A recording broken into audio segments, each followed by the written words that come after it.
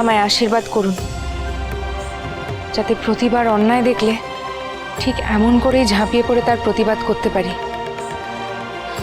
আর আপনি যে উপকার করলেন তার বদলে কিছু দিতে যেও না রাজরানী।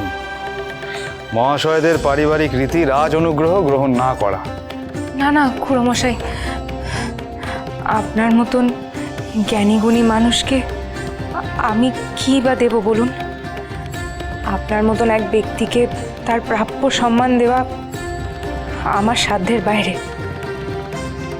তাও আপনার ছোট বোনের মতো বলছি, যদি আমার হাতে তৈরি রান্না আপনি একটু আহার করে যেতেন।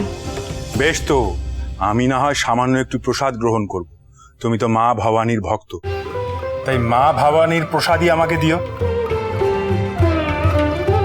বেশ, জয় মা ভবানী। জয় মা ভবানী।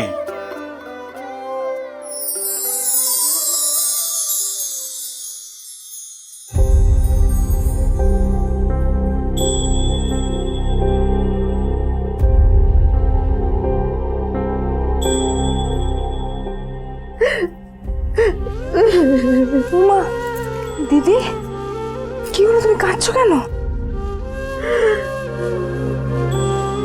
আহা, সবাই কিন্তু দেখছে তুমি এমন করে কাঁদছো। আমার বইয়া গেছে।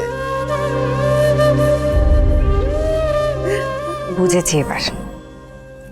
কি ভেবেছিলেন তোমার এই বুইনের নির্বাসন হয়ে গেল, আর দেখা হবে না কোনোদিন? আর এক কান যদি অকথা কুকথা শুনছি না তোমার মুখে, কান টাইন না সিরা নিমু, মনে রাখো।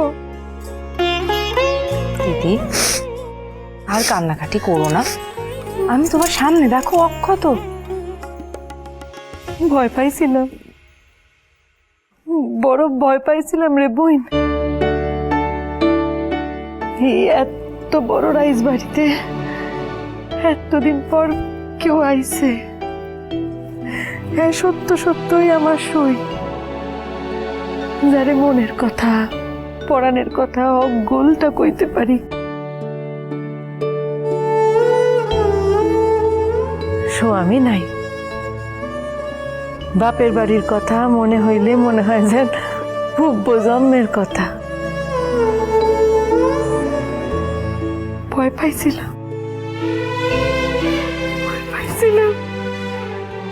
দিদি, তোমার এই বোন তোমায় ছেড়ে কোথাও যাবে না, তুমি আর এমন করে উতলা হয়েও না।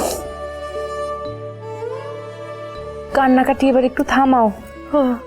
দেখো, আমি সৎনাথ মশাইয়ের জন্য এই আহারের ব্যবস্থা করেছি, পরিবেশন করতে হবে তো।